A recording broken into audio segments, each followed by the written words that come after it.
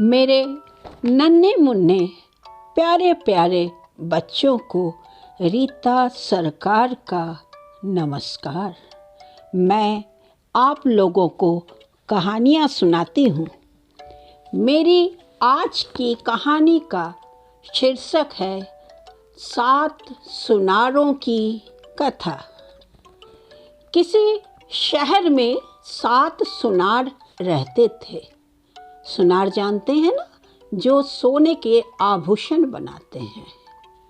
उनके बनाए हुए गहनों की चर्चा काफ़ी दूर दूर तक फैली थी। एक दिन किसी धनवान व्यक्ति ने अपनी पत्नी के गहने बनाने के लिए उन लोगों को बुला भेजा। वहां पहुंचकर सुनारों ने देखा कि एक कमरे में गहने बनाने के लिए आवश्यक सामान रखा है तथा दूसरे कमरे में एक चारपाई तथा एक बकरी रखी है। गृहकर्ता ने कहा, आप लोग इस कमरे में बैठकर अपना काम करेंगे और दूसरे कमरे में रखी बकरी का दूध पीकर इस चारपाई पर सब एक साथ सो जाएंगे। इसका दूध बहुत ही स्वादिष्ट तथा पौष्टिक है। इससे आप सबों की भूख मिट जाएगी। लेकिन एक बात याद रहे, 7 दिनों के अंदर आपको काम समाप्त करना है। सुनारों को गृहकर्ता की बात पसंद नहीं आई, परंतु काफी धन के लालच में वे राजी हो गए और काम करने लगे। पहले दिन उन सबों ने मिलकर काफी काम कर लिया। शाम को थक हार कर दूसरे कमरे में बंधी बकरी का दूध पिया और सो गए। वास्तव में दूध अमृत की तरह स्वादिष्ट था, परंतु चारपाई पर केवल 6 लोग सो पाए। बाध्य होकर एक व्यक्ति को नीचे सोना पड़ा। आगे देखिए क्या हो रहा है। मध्य रात्रि के समय बकरी जाग उठी और नीचे लेटे हुए व्यक्ति के शरीर से सारा खून पी गई। वह मर गया। थोड़ी देर बाद गृहकर्ता उस कमरे में आया और पूछा, बहन, तुम्हारी भूख मिट गई? अब तुम खुश हो? बकरी ने कहा, राक्षस भाई, जब तक तुम मुझे मनुष्य का खून पिलाते रहोगे, मैं खुश रहूंगी। इसके बाद वह राक्षस और सुनार का मृत शरीर गायब हो गया। सुबह उठकर सुनारों ने देखा उनका एक साथी गायब है। वे सब काफी चिंतित होकर इधर उधर ढूंढने लगे, लेकिन कहीं पता नहीं चला। एक दोस्त के न मिलने पर वो लोग उदास हो गए। कोई उपाय न देख फिर काम में जुट गए। गृहस्वामी ने कहा, भाई, एक दिन बीत गए, आप मन लगाकर काम करें। 7 दिनों में काम खत्म करना है। उन लोगों ने खूब परिश्रम किया, परंतु एक दोस्त के अभाव में अधिक काम न हो सका। रात में दूध पीकर सोते समय उन लोगों ने देखा चारपाई थोड़ी छोटी हो गई है। उस पर 5 लोग सो सकते हैं। अतः एक व्यक्ति को पुनः जमीन पर लेटना पड़ा। इस रात बकरी ने दूसरे व्यक्ति को भी मार डाला। सुबह उठकर बाकी 5 सुनार अपने दोस्त को ना पाकर काफी दुखी तथा भयभीत हुए, परंतु पैसे की लालच ने उन्हें काम करने के लिए बाध्य कर दिया। इस प्रकार धीरे धीरे बकरी ने 5 सुनार को मार डाला। अगले दिन काम समाप्त करने के बाद दोनों सुनारों ने अपनी चुटिया एक साथ बांध ली, लेकिन चारपाई इतनी छोटी हो चुकी थी कि केवल एक व्यक्ति उसमें लेट सका, दूसरा जमीन पर लेट गया। रात में बकरी जमीन पर लेटे हुए व्यक्ति का खून चूसने लगी। तब चारपाई पर लेटे व्यक्ति के चुटिया में खिंचाव के कारण उसकी नींद खुल गई और चुपचाप लेटकर उसने सारा दृश्य देखा। अब तक वह जान चुका था कि यह घर राक्षसों का है। डर के मारे वह कांपने लगा। सुबह उठकर प्रातः क्रिया करने के बहाने वह घर से निकलकर भागने लगा। बकरी को फौरन पता चल गया और वह एक सुंदरी कन्या का रूप धारण कर उसके पीछे दौड़ते हुए चिल्लाने लगी, आप मुझे छोड़कर कहाँ जा रहे हैं? मैं आपकी पत्नी हूँ, मुझे भी साथ ले लीजिए।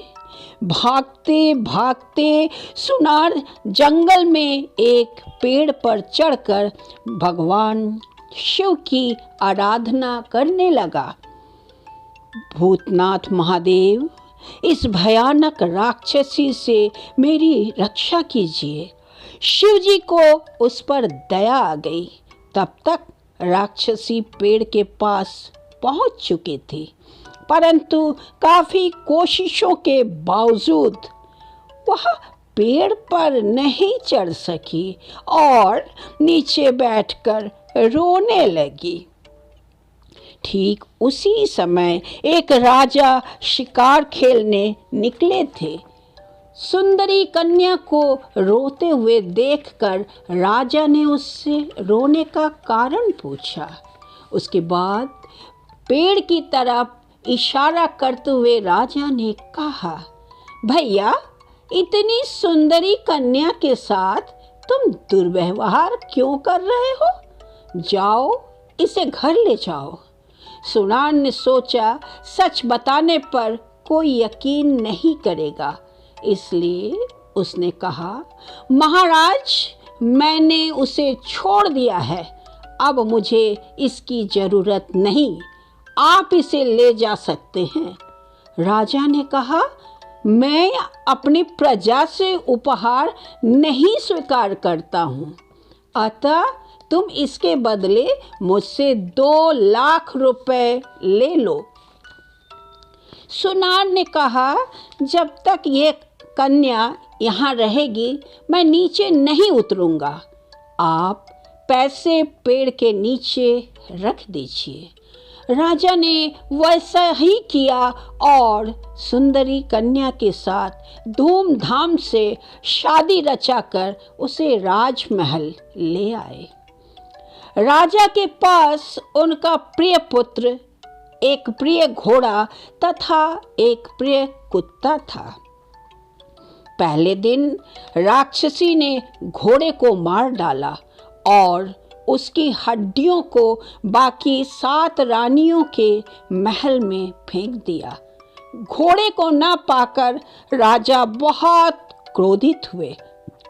उन्होंने छोटी रानी को बताया कि उनका प्यारा घोड़ा गायब हो गया है।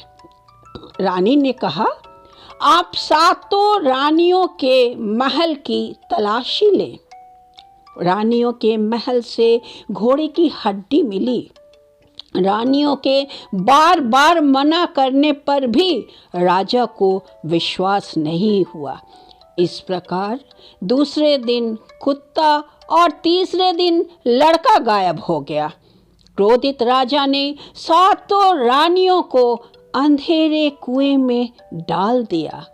भूख प्यास के मारे रानियां छटपटाने लगी। तब बड़ी रानी ने एक पुत्र को जन्म दिया। उस पुत्र को 7 टुकड़ों में बांटकर रानियां खा गईं। इसके बाद दूसरी, तीसरी, चौथी सभी रानियों ने पुत्र को जन्म दिया और उसे बांटकर खाती रही। अंत में छोटी रानी ने एक पुत्र को जन्म दिया। अब इसको काटकर खाने की बारी आई। तब छोटी रानी ने मना कर दिया। उसने कहा, मैं इसे काटने नहीं दूंगी। तुम लोगों ने अपने 6 पुत्रों को काटकर मेरे हिस्से में जितना दिया था मैंने उसे रख दिया है। लो, अब तुम सब इन टुकड़ों को आपस में बांट लो। भगवान शिव सारी बातें सुन रहे थे। उन्हें छोटी रानी पर दया आ गई। वो कुएं में उतरकर आए और कहने लगे, बेटी, मैंने तुम्हारी बात सुन ली है। चिंता मत करो। आज से रोज मैं 8 थाली भोजन यहाँ भेज दूंगा। 7 थाल 7 रानियों के लिए और 1 तुम्हारे बेटे के लिए। देवताओं का भेजा हुआ खाना खाकर छोटी रानी का पुत्र 1 साल में ही बढ़कर 20 वर्ष का युवक बन गया। एक दिन उसने अपनी माता से पूछा, माँ, मेरे पिताजी कहाँ रहते हैं? रानी ने कहा, बेटा, तुम्हारे पिता नहीं हैं, केवल तुम्हारे नाना जी हैं जो बढ़ई का काम करते हैं और हम सबों की देखभाल करते हैं। राजकुमार ने कहा, माँ, मैं यहाँ से निकलना चाहता हूँ। बाहर जाकर मैं अपने नाना जी से मिलूँगा। माँ के बताए हुए रास्ते पर चलकर राजकुमार अपने नाना जी के पास पहुँचा। नाना जी उसे देखकर बहुत खुश हुए। राजकुमार ने अपने नाना जी से कहा, आप मुझे लकड़ी का एक घोड़ा बनाकर दीजिए जो धरती पर भी चल सके और आकाश में भी उड़ सके। नाना जी ने 7 दिनों में वैसा ही घोड़ा बनाकर अपने पोते को उपहार में दे दिया। कहानी अच्छी लग रही है बच्चों? मैं आगे सुनाती हूँ। राजकुमार घोड़े पर चढ़कर राजमहल पहुंचा और नौकरी मांगने लगा। राजा अपने पुत्र को पहचान नहीं सके, लेकिन उन्होंने उसे राक्षसी रानी के महल में पहरेदार की नौकरी पर रख लिया। राजकुमार को देखते ही राक्षसी रानी को पता चल गया कि यह महाराज का ही पुत्र है। जिन रानियों को कुएं में फेंक दिया गया था, उनमें से किसी एक रानी का बेटा है। रात में राक्षसी रानी अपने राजकीय वस्त्रों को छोड़कर अकेले घर में बैठ राजा ने जादूगरनी को मार डालने का आदेश दिया। राजा उसके बाद हीरा ने मंत्र पढ़कर बकरे को लाल बना दिया, बहलाने लगे तथा पुरुष के पोशाक कारण छोड़कर नारी के वस्त्र रानी ने बताया, हीरा मुझे नारी के रूप में देखकर राजकुमारी को बहुत क्रोध हुआ, किसी को क्योंकि उसका विवाह मेरे मायके से हो चुका राजी था। खुशी राजा एवं उपस्थित लोगों के परामर्श के अनुसार चावल लाल ने हीरा तथा राजकन्या दोनों से विवाह कर लिया। 2 पत्नियों के साथ संगीतकारी लाल जल सुख शांति से रहने लगा। अपने एक दिन नए दरबान राजकन्या को ने इस काम हीरा पर से फौरन पूछा, भेज हमारे दीजिए। पति के जन्म के बारे में महाराज का कुछ आदेश रहस्य मिलने है पर जो राजकुमार मैं जानना चाहती राक्षसों हूँ। के नगर की हीरा ओर ने कहा, चल पड़ा। हम शांति से रास्ते रह में रहे हैं, भयंकर हमें उनके जीव रहस्य जंतुओं से क्या लेना बचते देना है। बचाते लेकिन वह घने राजकन्या जंगल नहीं के मानी। बीच पहुंचा। अंत में हीरा राजकुमार ने क्या देखा? लाल से उसने पता करना देखा चाहा। एक साधु लाल ध्यान इस मग्न बात को होकर पहले अपनी कुटिया के टालता बाहर रहा। बैठा जब है। वे दोनों राजकुमार जिद करने अपने घोड़े लगी से तब उतरकर दोनों उनके पत्नियों सामने के साथ बैठ गया। लाल एक तालाब के किनारे साधु के पहुंचा।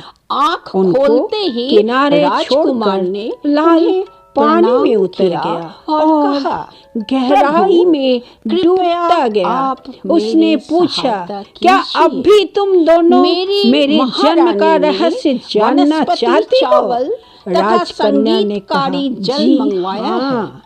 आप धीरे मुझे धीरे लाल उनका पानी पता में बता विलीन हो दीजिए। गया और साथ उसके ही स्थान इस पर पत्र में एक काला जिस नाग व्यक्ति का पानी में पता लिखा तैरने है, लगा। वो मुझे अब उन कहाँ लोगों को मिलेंगे, अपनी यही गलती का बताइए। एहसास हुआ। साधु और ने उन राजकुमार दोनों को ने 3 बाकी दिन जिंदगी रुकने के रोते लिए कहा। हुए राजकुमार बिताया। के सो जाने कैसी पर थी कहानी? साधु ने पत्र यदि को अच्छी पढ़ा लगी जिसमें तो लिखा लाइक, था, शेयर प्रिय एंड भ्राता, सब्सक्राइब। आप थैंक यू। इस लड़के को देखते ही मार डालिए। आपकी छोटी बहन बकरी राक्षसी। साधु उस पत्र को जला डाला और दूसरे कागज पर लिखने लगा, प्रिय भ्राता, इस पत्र को ले जाने वाला मेरा पुत्र तुम्हारा भांजा है। इसकी खातिरदारी करना तथा इसे वनस्पति चावल और संगीतकारी जल दे देना। आपकी छोटी बहन बकरी राक्षसी। साधु ने पत्र राजकुमार के थैले में रख दिया। सुबह होते ही उसे राक्षसों के देश में जाने का रास्ता बताकर कहा, यदि तुम अपने काम में सफल हो जाओ तो लौटते समय राक्षस के घर पर जितनी हड्डियां हैं सारी उठाकर ले आना। राजकुमार आगे की यात्रा पर निकल पड़े। कई विघ्न बाधा को पार करता हुआ वह राक्षसों की नगरी में पहुंचा। उसने सरदार को पत्र दे दिया। अपने भांजे को देखकर सरदार बहुत खुश हुआ। उसकी खूब खातिरदारी की तथा बाकी राक्षसों से परिचय भी करवाया। इसके बाद उसे अपनी माता के पास छोड़ आया। राजकुमार बुढ़िया से घुल मिल गया। एक दिन उसने पूछा, नानी, इस महल के सारे अद्भुत चीज़ों को मैं देखना तथा जानना चाहता हूँ। आप सबों की जान किस चीज़ में सुरक्षित है मुझे बताइए। आप सबों के प्राणों की मुझे काफ़ी चिंता रहती है। बुढ़िया ने कहा, हम मरने से नहीं डरते। हम लोगों की जान आसानी से नहीं निकलती। मेरे साथ आओ, मैं तुम्हें समझाती हूँ। यह वही महल था जहाँ 7 सुनार काम करने के लिए आए थे। बुढ़िया उसे एक कमरे में ले गई। वहाँ तोते, मोर, कबूतर, गौरैया आदि थे। बुढ़िया ने बताया, इन चिड़ियों में हमारी जान है। जब तक ये जीवित हैं हमें कुछ नहीं होगा, इसलिए इन्हें बहुत यत्न से पाला जाता है। राजकुमार ने फिर पूछा, नानी, वनस्पति चावल और संगीतकारी जल कहाँ रखा है? बुढ़िया ने उसे दूसरे कमरे में रखा बोतल में निर्मल सुगंधित जल दिखाया, जिससे मधुर संगीत सुनाई पड़ रहा था। उसने बगीचे में एक विशाल वनस्पति चावल का पेड़ भी दिखलाया, सारे रहस्यों को जान लेने के बाद राजकुमार बहुत खुश हुआ। उसने सोने, चांदी, हीरे से भरा कमरा भी देखा। अंत में उसने एक कमरा देखा जो हड्डियों से भरा हुआ था। आगे क्या हुआ? एक दिन सारे राक्षस अपने दोस्त राक्षस के शादी में गए। मौका पाते ही वह पक्षियों से भरे कमरे के अंदर घुस गया और चिड़ियों को मारने लगा। किले के द्वार पर मृत राक्षसों का शरीर और उनकी हड्डियों का अंबार लग गया। उसने एक मोर, जिसमें छोटी रानी की जान थी, को जीवित अपने साथ लेने के बाद संगीतकारी जल और वनस्पति चावल लेकर हड्डियों के भरे कमरे में गया। उसने हड्डियों को एक थैले में भर लिया। सारी चीज़ों को लेकर राजकुमार वापस साधु के पास पहुंचा। बच्चों, तब तक राक्षसों की दावत खत्म नहीं हुई थी और वो लोग वापस नहीं लौट आए थे। अब तो ये अपने काम को पूरा करते हुए साधु के पास पहुंच गया। आगे की कहानी देखिए। साधु ने सारी हड्डियों को जमीन पर फैला दिया और उनके ऊपर संगीतकारी जल को छिड़कने लगा। थोड़ी देर में सब लोग जीवित हो उठे। उनमें 6 सुनार भी थे। उन लोगों ने अपने 7वें जीवित दोस्त साधु को पहचान लिया। साधु ने राजकुमार को राक्षसी रानी तथा महाराज की सारी बातें बताई। बाकी लोगों को विदा कर 7 सुनार राजकुमार के साथ राजमहल की तरफ चल पड़े। रास्ते में जंगल के जीव जंतु भी उनके पीछे पीछे चलने लगे। राजकुमार जादूगर के वेश में राजमहल में प्रवेश किया। उसने महाराज से कहा कि मैं राक्षसों का मज़ेदार खेल आप लोगों को दिखलाऊंगा। 7 दिनों तक वह अपने 7 दोस्तों के साथ मिलकर विभिन्न प्रकार के खेल दिखाता रहा। अंत में उसने महाराज से कहा, आज मैं अपना अंतिम खेल मोरनी का नृत्य पेश करूंगा। उसने मोर को बाहर निकाला और नाचने के लिए कहा। जैसे ही मोरनी नाचने लगी, छोटी रानी भी महल के बाहर निकल आई और सबके सामने नाचने लगी। राजकुमार ने मोरनी का एक पैर तोड़ डाला। छोटी रानी की भी एक टांग टूट गई। उसने मोरनी का पंख तोड़ दिया। रानी के हाथ भी कट गए। फिर भी वो नाचती रही। अंत में राजकुमार ने मोरनी का गर्दन मरोड़ दिया। उसके साथ ही छोटी रानी एक विशाल राक्षसी के रूप में गिरकर खत्म हो गई। सब लोग दंग रह गए। राजकुमार ने महाराज को राक्षसी की पूरी कथा सुनाई। तब तक 7 सुनार 7 रानियों तथा उनके पुत्रों को लेकर राजा के सामने उपस्थित हुए और बताया, ये आपकी रानियां तथा इनके पुत्र हैं। छोटी रानी के बातों में आकर आपने इन लोगों को बहुत कष्ट पहुंचाया है। राजा तथा प्रजागण बहुत प्रसन्न हुए, क्योंकि उन लोगों के साथ महाराज का प्रिय घोड़ा, कुत्ता तथा प्रिय पुत्र भी था, जिन्हें साधु ने संगीतकारी जल से जीवित किया था। अब तो ये कहानी समाप्त हो रही है। Like, share and subscribe. Thank you.